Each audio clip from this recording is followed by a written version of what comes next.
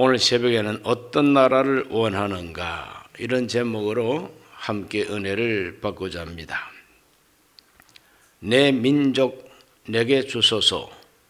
이것이 이번 특별 새벽 기도의 큰 제목입니다.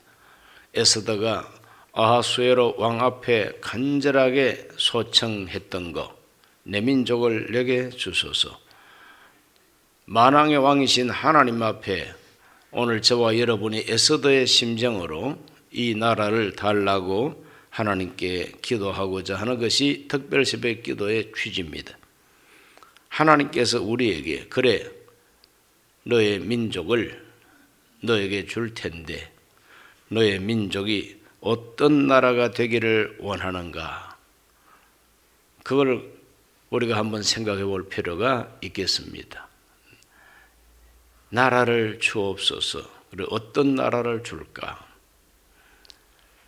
우리가 흔히 우리의 소원은 통일 노래를 하면서 태극기를 흔들어야 할 자리에서 한반도 그림 그려져 있는 깃발을 흔들면서 우리의 통일은 소원이라고 감성적으로 눈물을 흘리면서 그 노래하기를 좋아하는 사람들도 있습니다.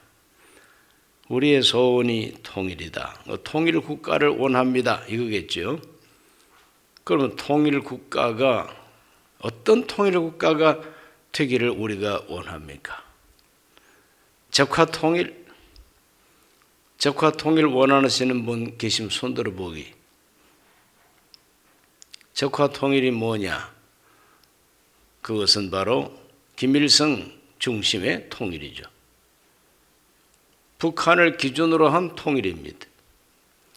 정말 그런 나라를 원하느냐 하고 하나님께서 물으신다면 그거라도 조사오니 무조건 통일을 되게 하여 주옵소서. 그런 기도를 하는 사람들도 혹 있겠죠. 그건 통일이 아니죠. 통일이 아니라 그거는 통탄할 일이요 통곡할 일이요, 통닭처럼 굽혀가지고 통째로 한 입에 삼킴을 당하는 것이 바로 그 적화 통일인 것입니다. 그것은 이 나라의 진보가 아니라 퇴보요, 그것은 이 나라의 행복이 아니라 비참이 불행이에요. 국민이 주인 되는 나라가 아니라 다시 종이 되는 바로 그와 같은 형국이 적화 통일인 것입니다. 다시 종이 되는 거죠. 역사의 수레바퀴를 거꾸로 뒤로 돌리는 그와 같은 형국이 바로 그런 통일이, 다시 조선으로 돌아가는, 다시 조선으로 왕정 정치, 왕이 주인이고 백성은 다 신하가 되어가지고 절대 복종만 하고 의무만 있는, 복종할 의무만 있는 그런 나라로 통일되는 거, 그거 정말 원하느냐 하고 하나님께서 물으실 때에 우리 크리스찬들 어떻게 대답하겠습니까? 주여 그거라도 조사오니 주옵소서. 그렇게 혹 원하는 사람이 없지 않아 있을지도 모르겠지만 그건 아닙니다. 어떤 나라를 원하는가? 하나님께서 우리에게 질문하십니다. 나라를 위해서 기도한다. 그러면 너희 나라가 어떤 나라가 되기를 기도하느냐? 좀 더 구체적으로 우리가 알아야 되지 않겠느냐 이 말이죠. 세 가지를 말씀드립니다. 첫째는 상해 임시정부 수립 때부터 원한 나라. 이거 우리의 정통서입니다. 1919년 4월 11일, 4월 13일 대한민국 임시정부가 중국 상해에서 공포가 됩니다. 그때 우리나라를 대표한다고 하는 이 독립투사들이 모여가지고 어떤 나라를 우리가 세울 것이냐 하는 것을 의논하고 삼권 분립에 기초한 민주공화정이다. 그건 이시조선이 아닙니다. 더 이상 대한제국도 아닙니다. 대한제국이 아니라 대한민국입니다. 제국이라고 하는 것은 황제 나라를 제국이라고 그럽니다.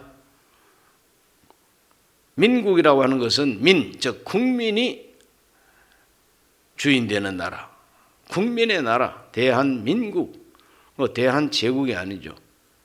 그러한 나라를 세우겠다고 하는 비전과 꿈을 공포하게 된 겁니다. 그때 초대 대통령으로 추대된 분이 이승만 박사였어요.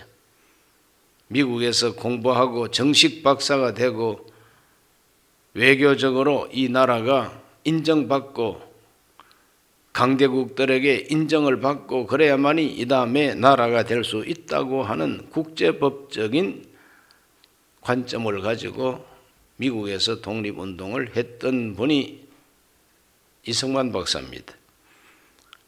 그때 3.1운동이 일어날 임시에 1905년 이후 1919년 한 15년 되는 그 어간에 저 북간도 서간도 블라디보스톡에 있는 저 연해주 러시아 쪽으로 중국으로 많은 우리나라의 지사들이 애국운동한다고 독립운동한다고 나갔습니다. 그래 여기도 임시정부 저기도 임시정부가 5개 이상 됐답니다. 그런데 그 모든 임시정부 대표들이 모두가 다 같이 자기가 우두머리 되겠다고 하는 마음 다 내려놓고 초대된 분이 이승만 박사예요. 그러면 요즘 좌파들이 욕하고 비아냥거리는 이승만이라면은 그때 그 독립 대표들이 어떻게 그분을 대통령으로 추대할 수가 있었겠습니까? 모든 임시정부의 추대를 받아서 이승만 박사가 임시정부의 초대 대통령으로 추대됩니다. 이승만 박사는 나이 20이 채 못 됐을 때에 저 남산 기슭에서 살았습니다. 몰락한 양반 가문이죠. 과거 시험 보려고 준비했지만 우리나라에서 뭔가 개혁운동이 일어나가지고 조선시대에 있었던 이 과거 제도를 없애버렸어요. 이 과거 제도를 없앴어요. 과거 제도가 없어지니까 공부했던 학생들이 시험 칠 기회가 없습니다. 그때 나이 20살 됐던 이승만, 배제학당이라고 하는 지금 배제대학 전신이죠. 그 배제학당이라고 하는 선교사들이 세운 미션 스쿨에 입학하게 됩니다. 이제는 영어를 공부해야 될 때가 됐다. 그래서 2년 동안 배제학당에서 영어를 배우고 공부를 하게 됩니다. 놀라운 것은 2년 공부하고 졸업할 때 졸업생 대표로서 영어로서 졸업 대표자 연설을 했다는 거죠. 영어로. 그런데 그 영어를 얼마나 유창하게 연설을 잘했던지 그때부터 그분의 이름이 유명하기를 시작한 것입니다. 그리고 만국공의회라고 하는 요즘 말로 말하면 완전히 시민운동이에요. 독립협회가 중심이 돼가지고 만국공의회라 연설을 얼마나 잘했던지 이제는 앞으로 이 나라가 황제가 아니라 국민들이 주인이 되고 입헌 군주제, 군주가 있더라도 정상적인 법 절차를 따라서 나라가 돼야 된다. 이런 것들에 대해서 정치적인 연설을 아주 용감하게 이제 하게 되는 것이죠. 그때마다라도 러시아가 우리 한국을 집어삼키려고 우리 한국을 러시아가 자기 손아귀에 집어넣으려고 저 부산의 영도를 자기들이 군사기지화하려고 요구하는 그런 시대였습니다. 그러므로 그때의 이승만 청년의 연설 속에는 외세를 갖다가 물리치는 저 러시아를 물리쳐야 된다. 더 이상 일본의 압제도 우리가 받지 말아야 된다. 그래서 그때 대한의 독립, 한국의 독립이라고 하는 주제로 졸업 연설을 하게 됩니다. 그것이 바로 1897년에 있었던 이야기입니다. 22살이에요. 그런데 그 22살 된 그 젊은이가 그와 같이 외치면서 나라의 독립을 그때부터 희구하게 되는 것입니다. 그래서 고종 황제를 폐위시켜야 된다고 하는 그 정치 운동에 가담했다, 이렇게 인정을 받고 체포가 돼가지고 한성 감옥이라고 하는 정치범 수용소에 갇히게 됩니다. 한성 감옥. 거기에서 약 6년 가까이 5년 7개월을 감옥 생활을 하게 됩니다. 그런데 1901년 2월 달부터 깨달은 바가 있어서 자기가 졸업할 때 한국의 독립이라고 하는 그 주제를 가지고 연설을 했는데 그 제목을 가지고 그때부터 글쓰기를 시작합니다. 짤막짤막한 연설처럼 기록해 모은 책이 바로 독립정신이라는 책입니다. 그래서 이 독립정신이라고 하는 이 책에 나오는 내용 몇 가지를 간추려서 여러분에게 나누어 드린 적도 있습니다. 1901년부터 1903년 7월 26일까지 그 나이가 28세 될 때까지 독립정신이라는 책을 저술을 하게 돼요. 몰래 써가지고 면회 오는 사람한테 몰래 내주고, 그래서 그걸 갖다가 모아가지고 1910년에 미국 LA에서 책으로 출판한 책이 바로 이 책이 철저하게 서구 문명을 받아들이고 미국의 민주주의 체제를 도입하고 우리나라에 맞는 자유민주국가를 세워야 된다고 하는 계몽서적, 국민들을 일깨우는 계몽서적이요. 지금부터 약 120년 전에 20대 젊은이가 이런 책을 썼다고 하는 것은 정말 놀라운 일이 아닐 수가 없습니다. 하나님이 예비한 사람이 틀림이 없는 것입니다. 그 독립정신이라는 이 책에서 말했던 그 비전과 그 꿈대로 그분은 1948년 8월 15일 대한민국이라고 하는 이 나라를 건국하게 됩니다. 그래서 건국할 때부터 이 나라 헌법이 상해 임시정부에서 공포했던 대로 삼권 분립이 확실하고 그리고 민주공화제로 하고 온 국제가 함께 통상하고 교류하는 이와 같은 나라를 지향하고 대한민국을 세우게 되는 것이죠. 임시정부 말기 때에 백범 김구 선생이 주석이라고 하는 직분을 가지고 이끌었습니다. 그래서 임시정부 세우고 난 이후로 최고 지도자로서는 제일 오랫동안 임시정부를 이끌었던 분이 백범 김구 선생님이에요.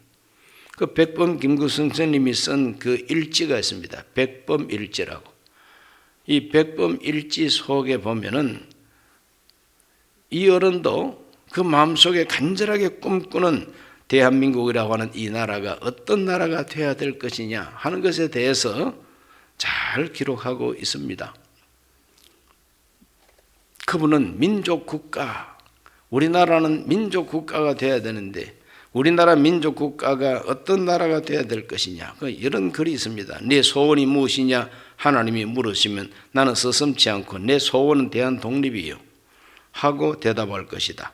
그 다음 소원은 무엇이냐 하면 나는 또 우리나라의 독립이요 할 것이요, 또 그 다음 소원이 무엇이냐 하신다면 세 번째 물음에도 나는 더욱 큰 소리를 높여서 나의 소원은 우리나라 대한의 완전한 자주 독립이요 하고 대답할 것이다. 완전히 나라가 완전한 자주 독립이 바로 이분이 원했던 간절한 나라에 대한 이미지예요. 그리고 이 백범 김구 선생은 이 백범 일지 속에서 아주 자세하게 기록하고 있습니다. 스탈린, 레닌, 소련 공산주의 정부가 말하고 있는 막스 레닌주의는 결코 안 된다고 그랬습니다. 이 공산주의는 가장 지독한 전체주의, 가장 지독한 독재 정치의 모든 나쁜 것들이 다 고스란히 모여 있다고 하는 그런 글을 바로 여기서 쓰고 있습니다. 그래서 가장 중요한 세 가지 연설문을 여기다가 써서 나누어 드린 바가 있습니다. 나누어 드리긴 했지만 읽으셨는지 안 읽으셨는지 제가 곁에서 숙제 검사를 안 해서 잘 모르겠습니다만은, 그러니 상해 임시정부가 수립되고 우리나라가 독립이 되고 해방이 되고 나라를 세우기까지 백성들, 국민들 마음속에 가장 큰 지도자 두 분이 바로 이성만 박사와 백범 김구 선생입니다. 이분들이 한결같이 꿈꾸는 나라는 어떤 나라냐? 삼권 분립이 확실한 자유민주공화정입니다. 그리고 온 세계 국제적인 통상과 외교를 통해서 이 나라가 든든하게 서는 것이고, 특히 백범 김구 선생 같은 분은 나는 우리나라가 가장 강한 나라 되기를 원치 않는다 그랬어요. 가장 강하다는 것은 무력이 강하다는 거예요. 우리는 우리를 지킬 만한 무력만 있으면 되고, 우리는 무력보다도 문화의 힘이 강한 나라가 되기를 원한다 그랬어요. 문화의 힘이 뭐냐? 문화의 힘이라는 것은 그 나라 백성들의 마음속에 진정한 사랑, 의, 정의, 자비 이런 것들을 배양할 수 있는 차원 높은 정신 문화, 그런 문화가 뛰어난 나라가 되기를 바란다고 그는 여기서 기록하고 있습니다. 그러니 이 두 지도자의 꿈과 비전과 희망이 똑같다 이 말이죠. 삼권 분립이 확실한 자유민주공화정, 그리고 차원 높은 정신 문화가 있는 나라가 되기를 바라는 마음. 이성만 박사는 한성 감옥 정치수용소에서 이 독립정신을 쓸 때 여기에서 계속 하나님을 찾고 있습니다. 하나님을 말합니다. 그래서 미국에서 특별히 민주주의를 세계 최초로 세운 것은 이건 바로 하나님의 은혜라는 것입니다. 그러면 우리나라도 하나님의 은혜로 그렇게 돼야 된다. 그래서 기독교 입국론이라 그럽니다. 이와 같은 뛰어난 선각자들이 꿈꾸고 하나님 앞에서 너의 나라 어떤 나라 되기를 원하느냐 그럴 때 주여 우리나라는 삼권 분립이 확실한 민주공화정입니다 라고 대답을 하겠다고 하는 것이죠. 두 번째로, 해방 이후에 대한민국 정식 정부가 수립될 때에도 원했던 나라가 우리가 원해야 할 나라입니다. 그때도 첫 헌법 자체가 삼권 분립이 확실한 자유민주공화정부, 이걸 아예 양 헌법을 만들어 가지고 못 박았습니다. 한성 감옥에서 독립정신 책을 쓸 때에 꿈꾸었던 그 나라를 바로 이성만 박사가 초대 건국 대통령이 돼가지고 헌법을 세울 때에, 헌법을 제정할 때에 많은 영향력을 발휘하고 대한민국을 출범시키게 됩니다. 이것을 못마땅하게 생각하고 이것을 반대했던 공산주의자들이 난동을 피웠습니다. 그것이 바로 1948년 제주도 4.3 사건입니다. 제주도 4.3 사건의 본질이 무엇이냐? 남한 단독 정부 세우는 것 반대한다. 유엔 감시하에서 총선거하는 것 반대한다. 그래서 제주도에서 반란을 일으킨 겁니다. 폭동을 일으킨 겁니다. 경찰서를 습격하고 이런 식으로 하다 보니까 그것을 잠재우기 위해서, 그것을 갖다가 완전히 제압하기 위해서 군인들이 내려가고, 이렇게 해서 애매한 민간인들도 많은 피해를 보게 된 것이죠. 여수 순천 국군 14연대 소속되었던 장교들이 부하들을 이끌고 군사 반란을 일으켰습니다. 그것이 1948년 10월 19일부터 27일까지입니다. 약 한 2,000명 정도 되는 연대 병력이 다 반란에 가담하게 되는 것이죠. 그 2,000명 되는 군인들이 총 들고 나와가지고 반란하고 경찰서 습격하고 뭐 이런 기독교인들 죽이고, 그때 손양원 목사 두 아들도 순교하지 않았습니까?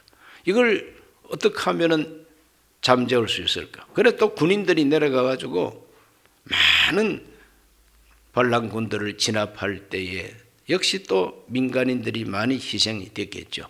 순수한 민간인도 있겠지만 공산주의 운동에 가담한 민간인들도 많았습니다. 이렇게 해서 우리나라는 나라를 세울 때에 피를 흘리면서 나라를 세우게 됩니다.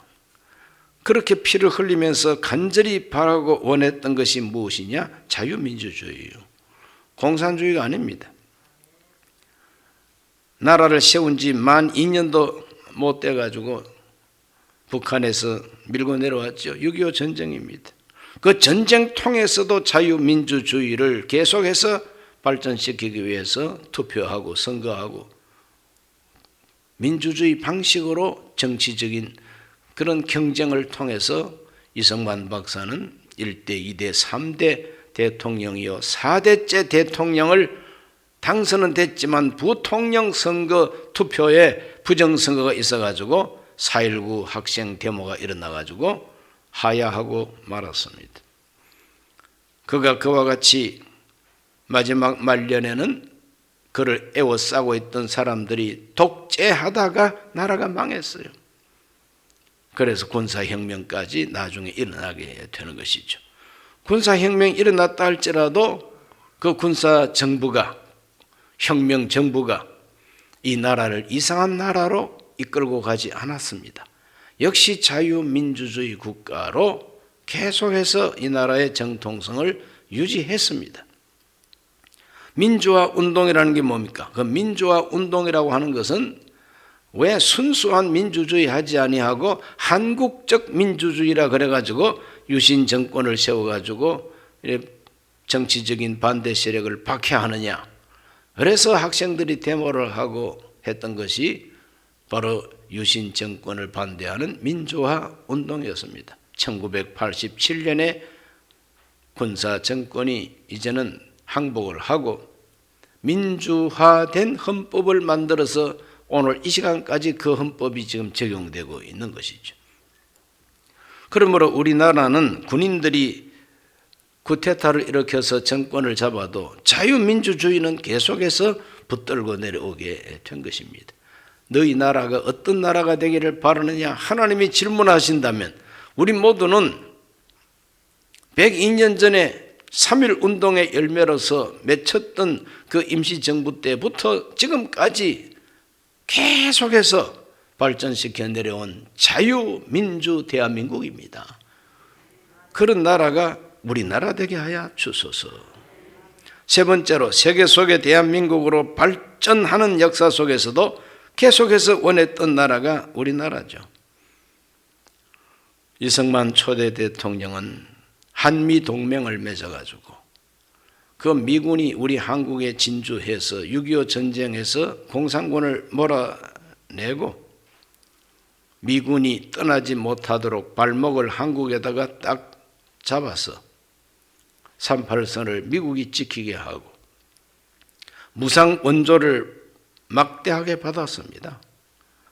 일제 36년간 우리나라를 지배했던 일본으로부터 박정희 정권이 받은 보상금은 무상으로 3억 받고 빌려주는 돈이 2억이고 5억 달러를 받아가지고 이 나라 경제 발전을 위해서 이 나라가 일어서는 마중물로 삼았습니다. 5억 달러요. 36년간 박해받고 겨우 5억 달러 받았습니다. 그러나 미국은 100억 달러 이상 이 나라에다가 퍼부어 주었습니다. 그런데 그 미국이 우리의 원수요, 미국이 우리의 적이 됩니까?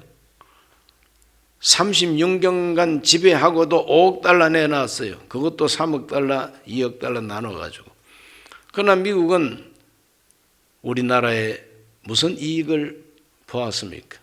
우리나라를 통해서 본 이익이 없지만 그러나 자유민주주의 체제를 온 세계에다가 확장하고 심기 위해서 전략적으로 대한민국을 그렇게 도와주었습니다. 100억 달러 이상 퍼부었죠. 미군이 주둔하고 북한을 갖다가 딱 막고 있기 때문에 국방비를 덜 쓰면서 우리는 경제 발전할 수가 있었습니다. 그래서 세계 11대 경제 대국이 될 수 있었던 그 배경에는 미국의 도움이 절대적이었던 것이죠. 그러면서 우리나라는 온 세계 국비 유학생을 보냈고 이승만 때 장교들을 뽑아가지고 유학을 보냈습니다. 그 이승만이 뽑아서 보낸 그 유학생 장교들이 결국은 군사 정권 시대에 이 나라의 모든 분야에서 두각을 드러나게 내게 되는 것이고, 그때 공부시킨 그 유학생들 가운데는 특별히 원자력을 공부하고 원자력 연구소라든지 원자력과 관계되는 회사에 들어가서 기술을 배우게 해서 대한민국은 벌써 1950년대에 원자력 기구를 만들었어요. 그래서 세계에서 최고의 기술을 가진 원자력 발전소를 건설하는 기술을, 안전하게 짓는 기술을 우리 한국이 가지고 있는 겁니다. 그거 못하게 하는 것이 현 정권입니다. 그리고 자유우방과 상호통상 무역하고 이렇게 해서 우리나라는 경제적으로 일어서게 되고, 전군 신자화해서 군대에도 목사가 들어가서 전도하고, 민족 복음화 운동, 그래서 부흥사들 중심으로 금식 기도하면서 부흥 운동을 일으키고 해서 짧은 시일 내에 한국 기독교는 세계가 깜짝 놀라는 성장을 이룩할 수가 있었던 것입니다. 그러므로 이 대한민국이 발전하는 이 과정 속에도 놓치지 않고 잡고 있던 이 바톤이 무엇이냐 하면은 삼권 분립, 즉 입법부, 사법부, 행정부, 이 세 부서가 서로 견제하고 또 서로 협조하면서 나라를 발전시키겠다고 하는 이 체제가 자유민주체제입니다. 삼권 분립. 그런데 삼권이 분립되지 않고 삼권을 한 사람이 다 쥐는 거, 이게 전체주의고 이것이 독재 정치입니다. 뭐 국회의원들도 판검사들도 다 한손하게 딱 걸머지고, 온 공무원들도 다 한손하게 걸머지고, 한 사람이 원하는 대로, 한 정당이 원하는 대로만 움직이는 그런 나라가 독재주의 정부인 것입니다. 현재 우리가 지금 그렇게 되어 있음을 우리가 신문 지상을 통해서나 방송을 통해서 알고 있는 것이죠. 그러므로 우리는 이와 같은 이 차제에 하나님께서 우리에게 내 민족을 내게 달라고 하느냐? 그래, 좋다. 너희 민족이 어떤 나라 되기를 바라느냐? 하나님이 질문할 때 우리가 어떻게 대답을 하겠습니까? 우리 모두는 다 우리나라가 나라를 건국할 때부터 지금까지 계속 붙들고 달려왔던 이 바톤처럼 삼권 분립이 확실한 자유민주공화정부가 되기를 바라고, 종교의 자유와 그리고 자기 재산 소유권의 자유와 집회 결사의 자유가 분명한, 언론의 자유가 분명한 이와 같은 민주국가가 되기를 하나님 앞에 오늘 소망해야 되는 것입니다.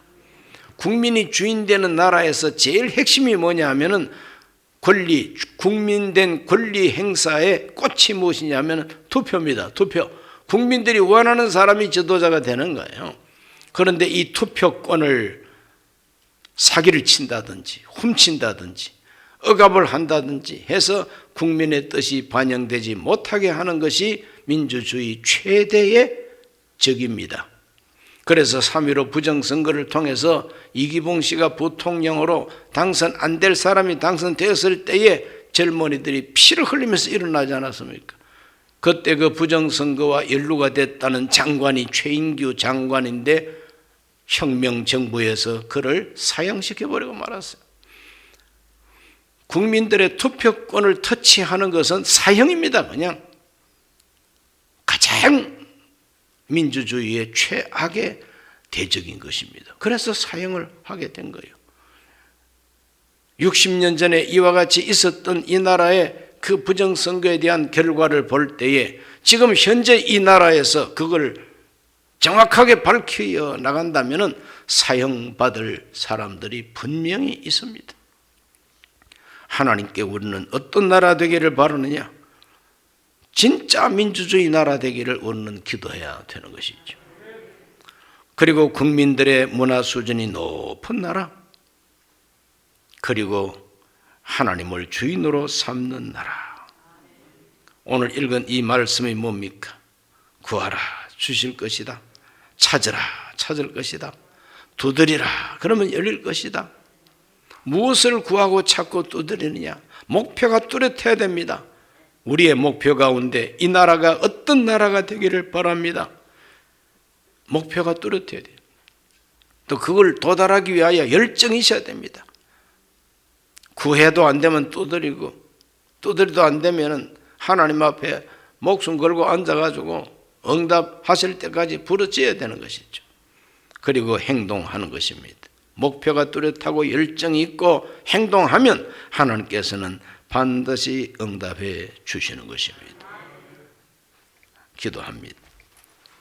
하나님 아버지, 하나님께서 우리에게 너의 민족을 너에게 줄 터인즉 너희 민족이 어떤 나라 되기를 바라느냐 질문하실 때 우리의 대답이 어떠해야 마땅한지 알게 하여 주시옵소서. 예수님 이름으로 기도하옵나이다. 아멘.